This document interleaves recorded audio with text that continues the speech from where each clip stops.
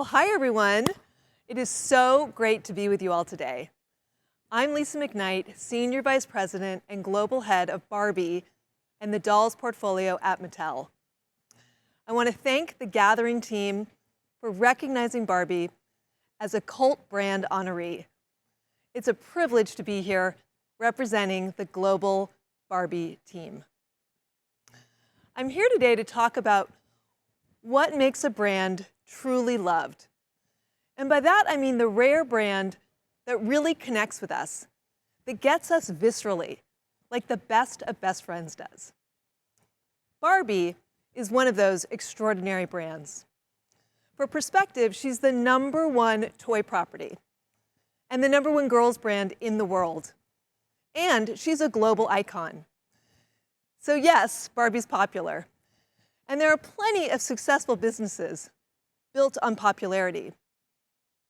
But she can also be polarizing, misunderstood by some and beloved by others. Barbie is a brand that's lived at the heart of culture for a remarkable 62 years, in a category where the life expectancy of a typical toy is 3 to 5 years. Today, I'll tell you her remarkable story, a biography really, that chronicles Barbie's brilliant rise, a nearly devastating stumble, and her celebrated comeback with lessons throughout. And I dare you not to be inspired. Most of us meet Barbie in childhood, as I did. And if my 8-year-old self only knew that someday I'd be working in an office surrounded by Barbies, creating her future, it may not have taken me so long to land at Mattel.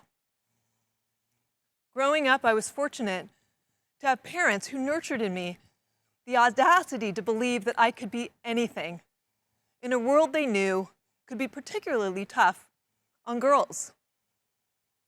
My mom, who worked throughout my childhood, was my first role model, and my strong sense of empowerment comes from her. I was also fortunate to attend an all-girls school, where I thrived academically, athletically, and in class leadership. Winning as a team was always a priority for me, and something I've instilled in my 2 daughters and the many teams I've led throughout my career. Dad was a lawyer and a judge who always made time to advocate for the advancement of women in those fields, believing diverse voices and perspectives make the world a better place. I couldn't appreciate that as a kid, but as a leader, I've made team diversity a priority, and I can't imagine working any other way. My career has covered a range of industries from fashion to fast food to banking. But when I joined Mattel and rediscovered the Barbie brand, I found a cause and a company I could truly be passionate about. The doll I absolutely loved as a kid is a brand I admire more and more as a grown-up, as a leader, and especially as a mom of girls. She's just incredibly inspiring, which you'll see today as you get to know her. It's an awesome and utterly thrilling responsibility to work for Barbie. And by the way, that's how it really feels. Because despite my formal title, leading the Barbie business is not only about being good at CPG, it's about being great at creating OMG. As Barbie's manager, stylist, agent, accountant, and publicist. Brands like people really are at their best when they live authentically, changing and growing over time, fully embracing who they are, including the messiness. And that's the genius of Barbie, because her magic is her humanity. When girls play with Barbie, they see themselves in her.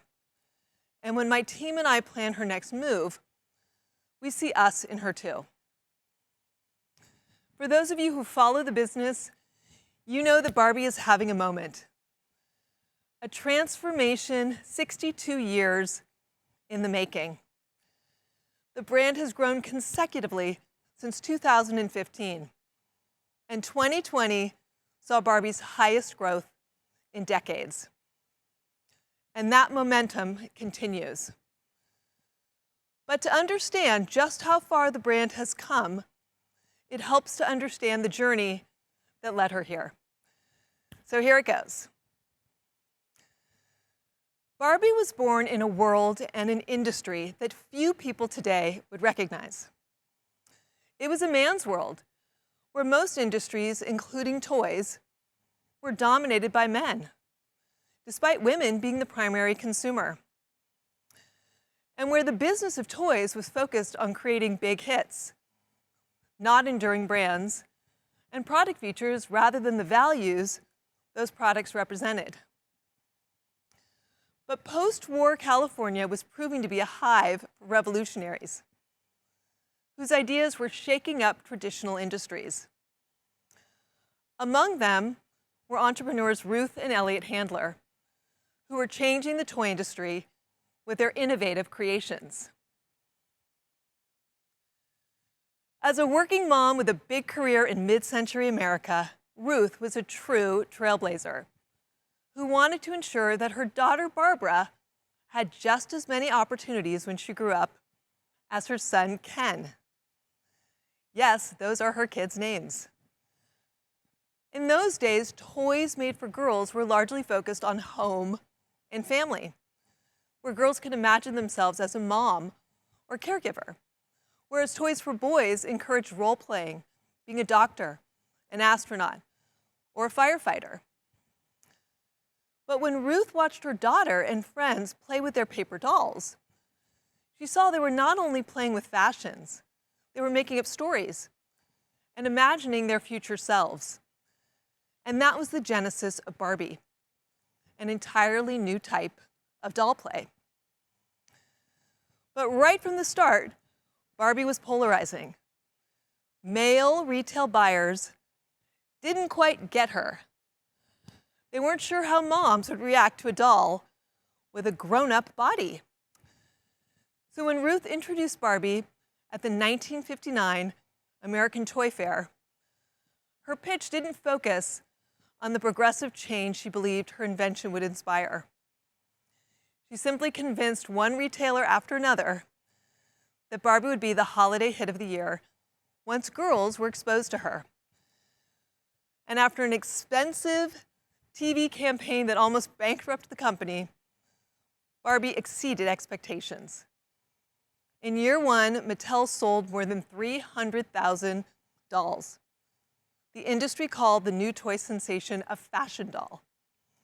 But Ruth knew she'd created something much bigger. The original girl empowerment brand. The formula was simple: purpose times relevance. And it soon proved rich with opportunity.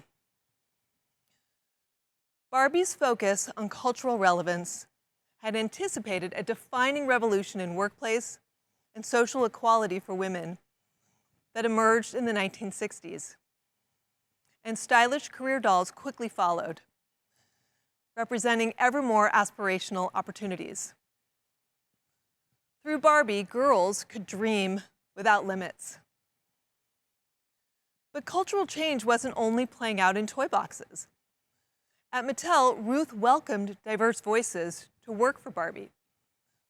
Charlotte Johnson was one of our first lead designers, and like Ruth, a rare female executive in those days.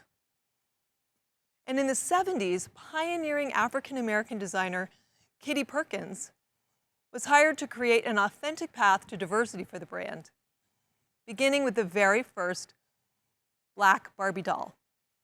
Not a co-star, as Christy and Francie had been in the 60s, but a Black lead character in the growing Barbie narrative. As the pace of social change quickened, the real world was catching up to the bold aspirations Barbie represented. By 1985, almost 60% of American women were working outside the home, which had a profound impact on social dynamics. Barbie commercials told a new generation that we girls can do anything, as girls watched their moms do just that. And the introduction of CEO Barbie not only provoked a national discussion on the underrepresentation of women in the C-suite, it coincided with Jill Barad becoming a pioneering Fortune 500 CEO of Mattel. Fast forward to the early 2000s, Barbie celebrated her 50th in 2009 at the top of her game. A fashion and pop culture icon, relevant, successful, celebrated. Loved by girls, endorsed by moms, and amused to some of the most creative thinkers in the world. But just 5 years later, the Barbie brand was in trouble. While Dove's groundbreaking Real Beauty campaign was celebrating beauty in all forms, boosting women's self-esteem, and helping to move the cultural conversation forward, suddenly the Barbie brand, with its singular take on perfection, seemed way out of touch. Instead of evolving who Barbie was, we had distracted ourselves, imagining her as other characters. And when a formidable new Disney princess burst into the scene with a compelling new empowerment story, it was clear that we had misstepped badly. Barbie, the original girl empowerment brand, was losing an important foothold. Barbie brand advertising at that time narrowly focused on product features rather than product values. Sizzle versus substance. Barbie had lost her own narrative. Far from the layered it girl she'd always been, Mom started to view Barbie as one-dimensional and worse, uninspiring. To anyone close to the business, it was subtle before it was obvious. We had been shy about innovating. The brand had been atypically quiet as culture, media, and new social pressures often worked against girls. Barbie had always had a reciprocal relationship with women and girls. Barbie inspired them, and in turn, they inspired her. So it was heartbreaking when the doll that had once encouraged girls to be doctors and astronauts turned her back on her original purpose to inspire the limitless potential in every girl. Barbie had stumbled at a moment when girls and moms needed her most, and we owed it to them to fix it. Transforming the brand would mean facing hard truths, taking risks at times, making difficult decisions. And it's been worth every step. There are more lessons than we have time for today, but I'll hit the key points of the playbook that has reinvigorated this incredible brand. We began with a recommitment to Barbie's legacy purpose, to inspire the limitless potential in every girl. And we made it relevant for today with the development of a timeless campaign around the empowering message, you can be anything. Let's take a look.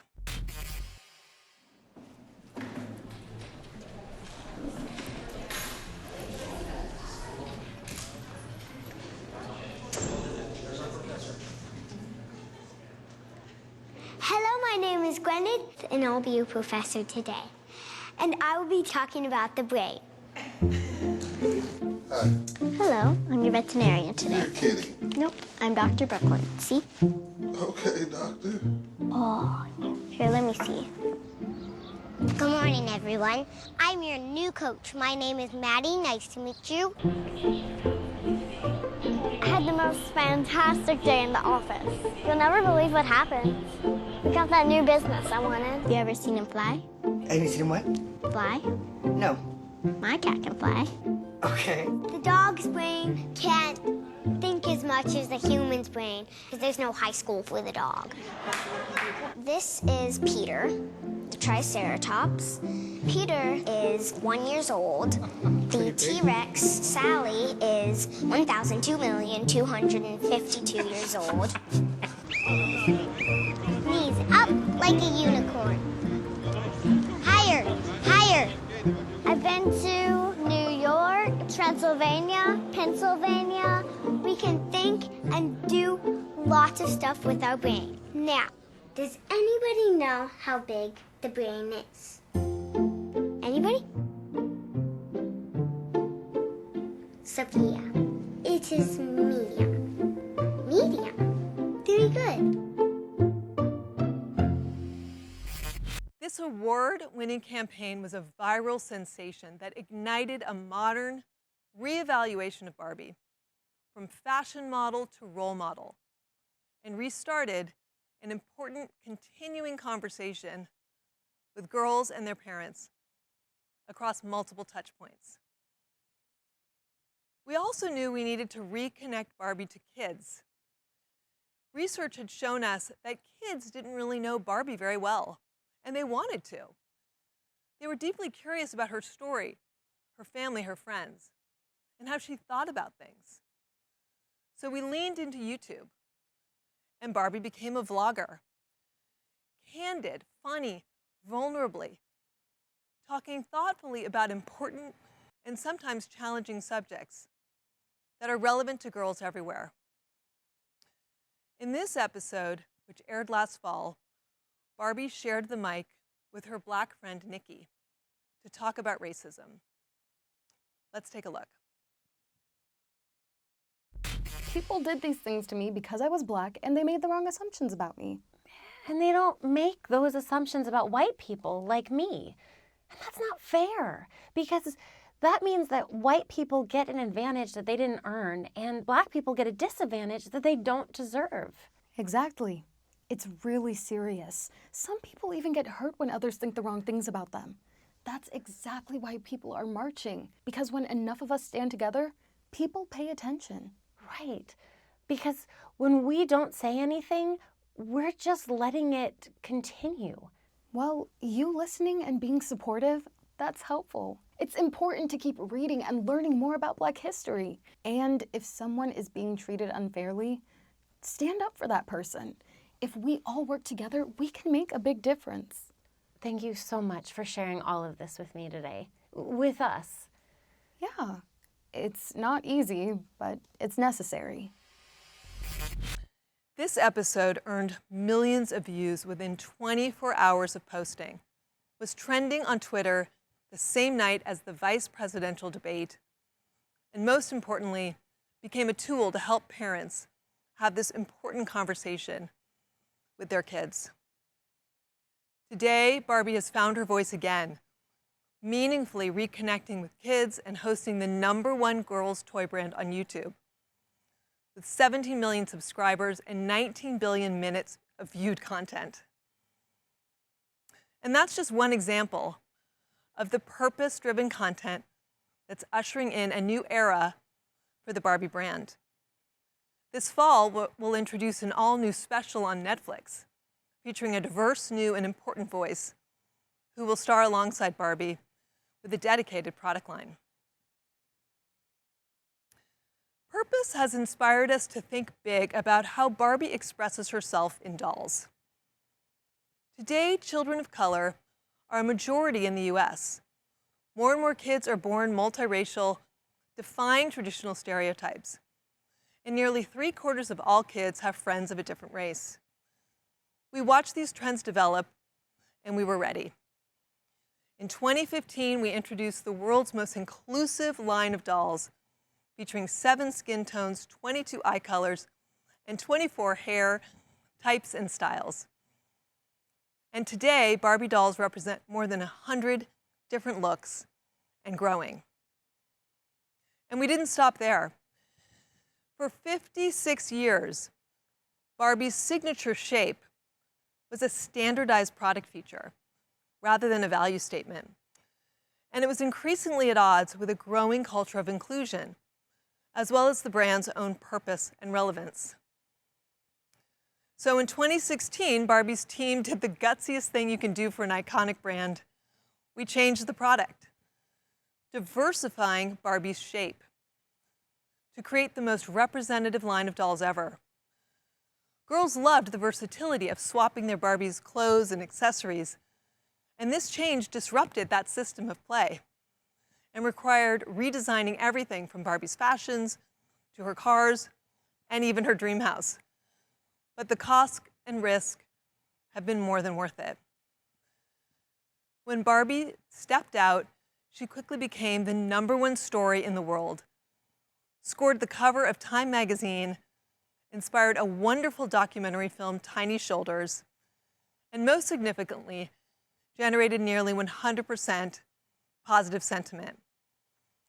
A reminder that people love Barbie the most when she takes a stand, and that maintaining brand relevance is never about playing it safe. Today, Barbie diversity represents not only ethnicity and body shape, but forms of identity and disability, including a range of differently abled Barbie dolls. We're immensely proud that diversity isn't simply some small offshoot of the brand. In fact, today more than half of Barbies sold positively represent diversity because we had the courage to rethink everything.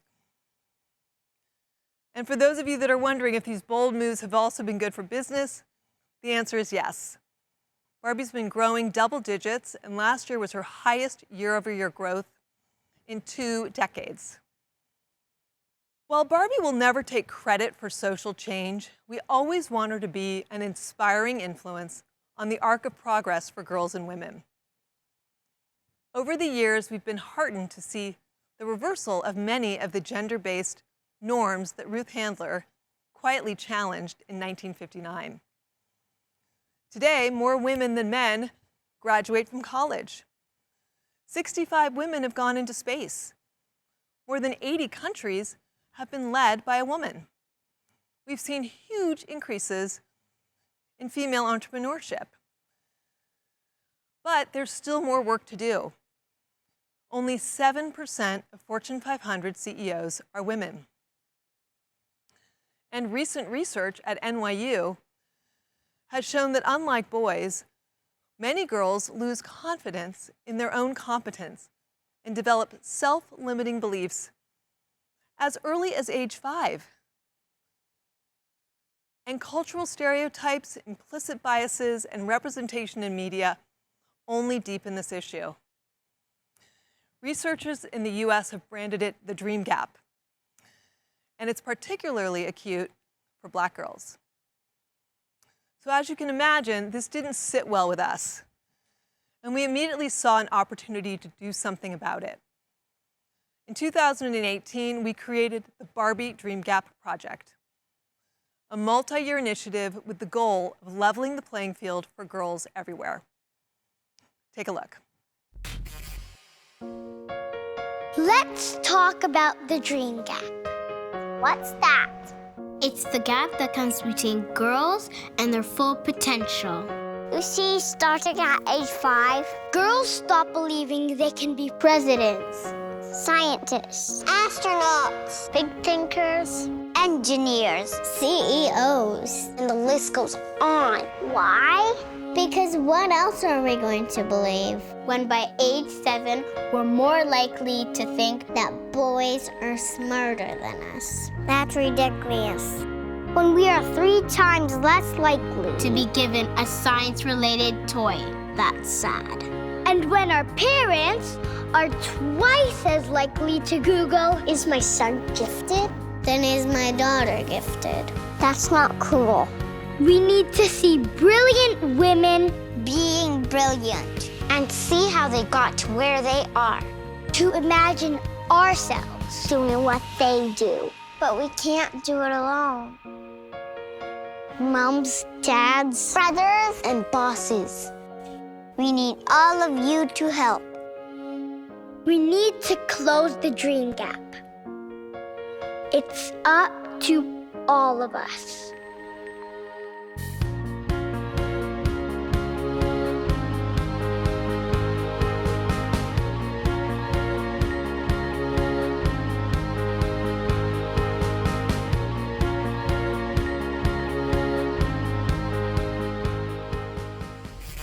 Since founding the Barbie Dream Gap Project, we've funded like-minded, not-for-profit organizations that have powerful vehicles in place committed to developing education, leadership skills, and mentorship opportunities for young girls in the U.S. and globally. This year, we're going even further, funding new research at NYU, expanding pilot programs, and introducing even more inspiring dolls. Barbie will continue to spotlight at least 10 inspiring role models from around the world each year, half of whom will be women of color. And our first ever live stream event, the You Can Be Anything series, will help girls connect to role models who are breaking barriers. It's important to not only see themselves reflected in product and content, but to also see role models who've come before them. The Barbie Inspiring Women series shows girls' historical and present-day role models who've paved the way for generations of girls to dream bigger than ever before, like Dr. Maya Angelou, Rosa Parks, Sally Ride, and Billie Jean King. Through the Barbie Dream Gap project, Barbie's taken a bold step from influencer to activist. It's our biggest and most ambitious initiative to date, and it feels great. Not only for the awesome potential to do good, but because we know that this is a movement Barbie was born to lead, as only Barbie can. We're also stepping up to prove the value of doll play to parents so that even more kids can benefit. Barbie recently partnered with researchers at Cardiff University in the UK on the first scientific study using neuroscience to explore the positive impact doll play has on children of all genders. And that research proves what we've long believed, that playing with dolls such as Barbie offers major benefits in preparing kids for the future by nurturing social skills like empathy, something 91% of parents care deeply about, according to a recent global study. And that got us thinking, if a doll can help a child develop empathy, then maybe, just maybe, a doll can help change the world. We're beyond excited about this prospect, with Barbie leading the charge. Here's a sneak peek at our new campaign launching next month.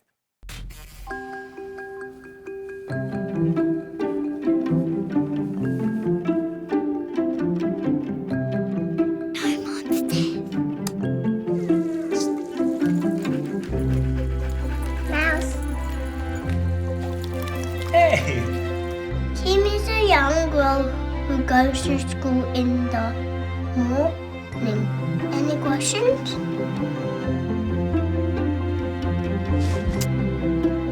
Welcome to our house. I like your dog, it's cute. Hi, Mom. Yes, that is a very good point.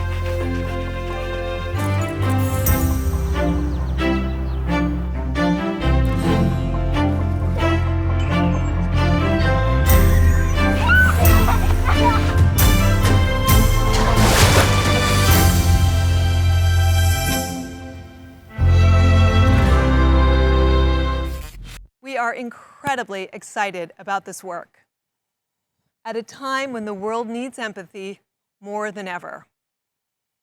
We're proud to offer products that can help children develop meaningful skills that will have a lasting impact on how they approach the world around them. As we look to the future, Barbie and Mattel are also committed to doing our part to minimize our environmental impact. This is part of a long journey, and we'll be sharing more details around our corporate and brand commitments later this year. And finally, with all of this opportunity, we see continued room for growth and brand expansion. Barbie IP is among the most valuable in the industry. So you'll see us innovate and expand Barbie beyond the doll, with new toy categories like Barbie Arts and Crafts, Barbie Games, expanded lifestyle product, museum exhibits, a highly anticipated theatrical starring Margot Robbie, and maybe even a hit podcast or even a Broadway musical. The possibilities are limitless. It's been incredibly gratifying to see Barbie emboldened again to live her best life and inspiring girls by stepping forward to lead the cultural conversation on girl power as only this brand can. Defining this moment at a moment like none before, I can't imagine a more appropriate and aspirational leader than Barbie. Knowing how far she's come and now helping her create a meaningful impact is profoundly and personally rewarding. Today's brands are expected to take a stand, and I couldn't be more proud of Barbie, our team, and our many partners. Barbie's remarkable story offers several powerful lessons, and I'll emphasize 4 of these in no particular order. 1, brands are stronger for the diversity they represent and inspire, and it starts with your team. None of us alone has all of the answers or all of the best ideas. Diverse voices and perspectives lead to better ideas and better, more relevant product. Yet as diverse as our teams are today, we can always do more. This is a guiding principle for Barbie and Mattel, and we support and encourage diversity across all touch points. 2, evolution makes a brand relevant. Purpose makes a brand immortal. Trends come and go, but values endure. The toy business is full of toys that peak quickly and then disappear. But purpose-built brands that are based on an idea that's bigger than product can have staying power for generations. Today's consumers want brands they can believe in, and our dedication to brand purpose future-proofs Barbie a little more each day. 3, find your voice. Use it with intention and never shy away from the cultural conversation. Fans love brands for who they authentically are. So never let go of your brand's narrative. It's yours to write and evolve and own, and if you don't, others will. And 4, take risks because risks are worth taking. A great brand cannot be selectively purposeful, selectively authentic, or selectively brave. Success buys you the opportunity to take greater risks and double down on purpose. Today, we invest every day in the long-term future of the Barbie brand, confident that her future will hold even greater promise than her past. 2 years ago, Ad Age honored Barbie as a comeback brand of the decade. And while Barbie is thrilled for that distinction, she'd also like you to know, you ain't seen nothing yet.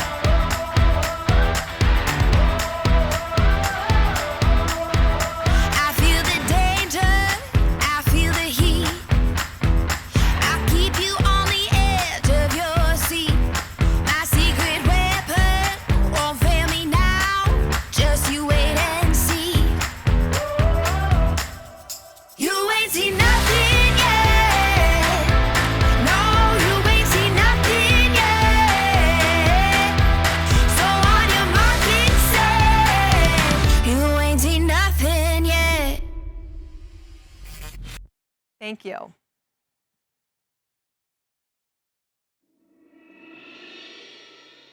Lisa, what a journey you've been on with Barbie. Yes, journey is the perfect word. Yeah.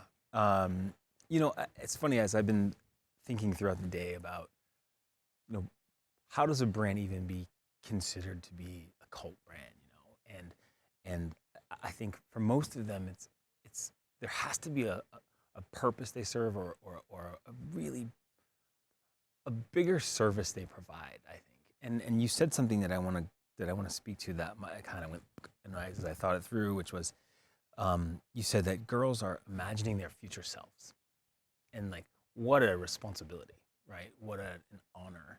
And I just want to dig into that a little bit, as you've spent, quite a bit of time at Mattel, and as you've probably carried that responsibility and that incredible privilege. Like, tell me about how that seeps into your daily existence. Well, it is fascinating. When you think about the lightning rod that Barbie can be for a variety of audiences, for girls, for their parents, for society, and for the team and I. We take the job very seriously. We know that girls see themselves in Barbie. We as a team see ourselves in Barbie. We see Barbie as more than a doll. We see Barbie as a platform and an opportunity to reflect what's happening in culture and to connect to consumers and to push conversations that need to happen. Mm-hmm. And it's incredibly rewarding. And I've got a real passionate group of colleagues. Yeah. So lots of debate, and it's a ton of fun. Well, tell me, how does that spirit go through the halls? Like, what's that when we're in the halls, post-pandemic and pre-pandemic? What is that? What's the day-to-day of how that kind of comes through the building?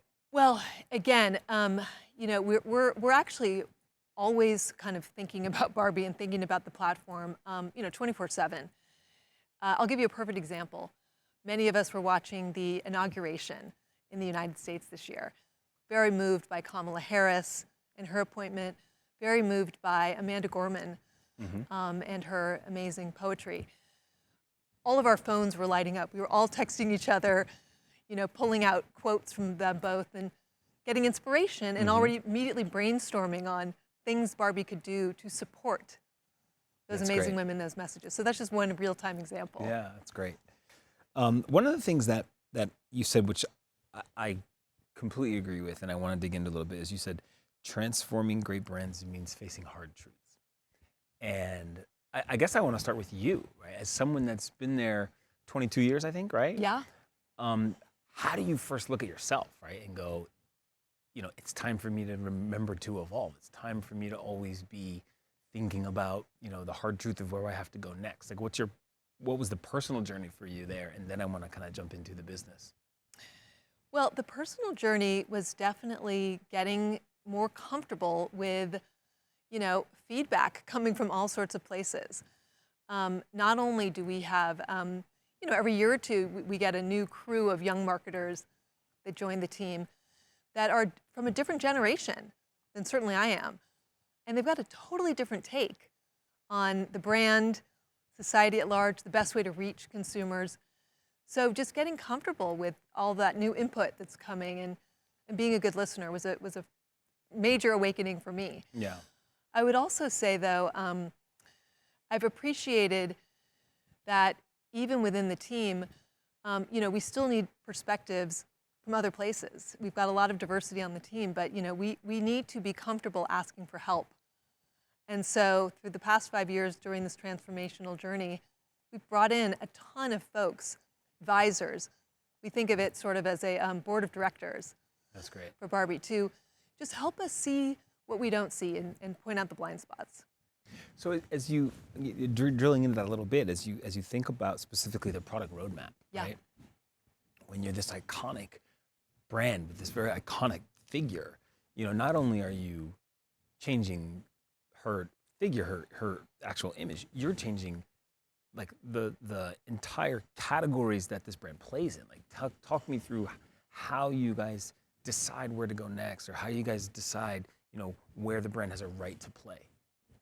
Well, just to speak specifically about the body transformation, I mean, that was definitely a decision that was not taken lightly. I mean, that's sort of in our design language speak, it's called a form factor. And Barbie's had a distinct form factor for decades. Yeah.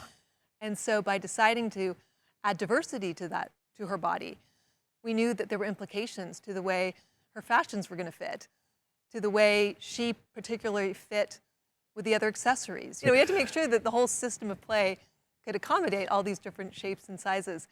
There were tooling expenses. There was complexity to manufacturing. So there were a lot of factors. Well, it's funny because I mean that's I think part of what people don't think about or realize is like the OpEx required to make those decisions and to really commit and to go down that path. I mean, you talk about 7 skin tones, 22 eye colors, different hair types. Like that's different machinery, right? That's different whatever it is, right? Yeah.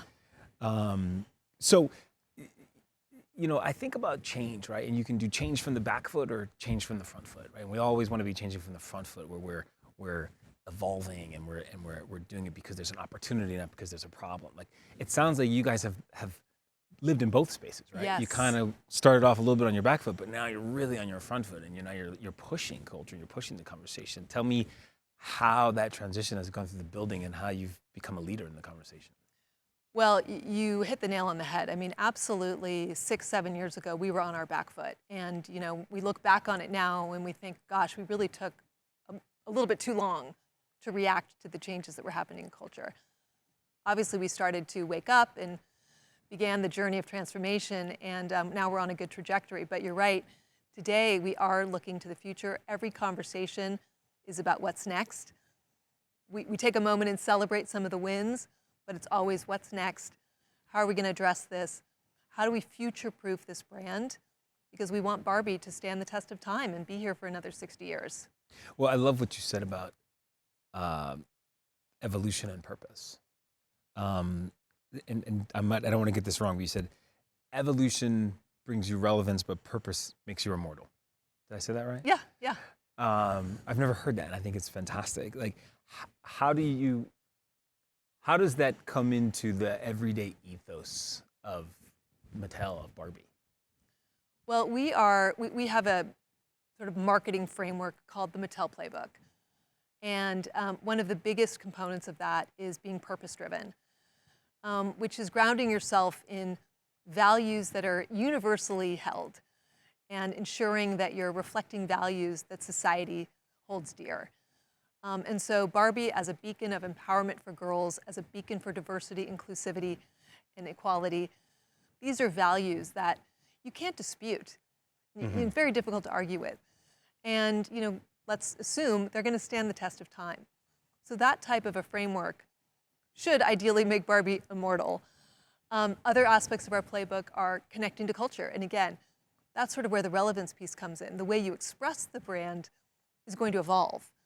The way the product looks and feels, the marketing tone and manner, the content and storytelling, that will evolve with the times based on where consumer interests are going and all of that. So that's important. And then, there's other components around design-led innovation and then executional excellence. So those are sort of the 4 tenets of our playbook. Well, it's funny, there's been some amazing brands on the stage today, and I think all of them spoke to kind of deep human truths. Yes. That are timeless and that are about how we interact as human beings. So I think, again, as a cult brand, that's a space you have to play in, and you have to know, what your connection is to those human truths, and be able to recognize them, right, as bigger than a category, right, but like about how we live our lives. Yes. Yeah. One more thing I want to ask you. You talked about finding your voice, and you talked about taking risks. Again, as I've said earlier today, it's a beautiful thing to say on stage. It's a very hard thing to execute and drive through the company. And I just want to understand from you, like, what were some of the instances where you have to make that tough decision of like, do we belong in this conversation? Is this within the purview of Barbie, a global icon, right? But like, I mean, all the way from let's take this past year, like it's just been, you pick a topic, there's been some sort of issue that has been a global conversation. When you talk about taking voices, you talk about taking risks, you talk about finding your voice. Where do you decide this is a space we belong in and this is a space we don't belong in? It's a great question, and it's something that causes a lot of debate because, we're all human beings, and so, of course, there are a lot of social issues that come up, and, we want to react to them as human beings, and then we want to do something with Barbie the brand as a platform. But we do have to be mindful and thoughtful about what we address and what we don't address. I'll give you an example from a few years ago. We wanted to create a doll that's a likeness doll of an Olympic athlete, Ibtihaj Muhammad.